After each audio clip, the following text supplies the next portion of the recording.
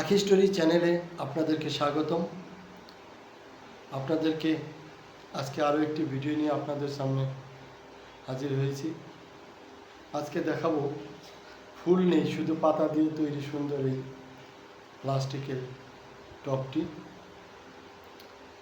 আমার কাছে এই ধরনের টব ফুল গাছ খুবই ভালো লাগে,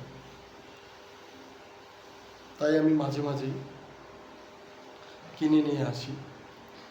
দোকানে যাওয়ার পর এই গাছটি দেখে আমার খুব ভালো লেগে যায়, তাই সাথে সাথে আমি কিনে নিয়ে আসি।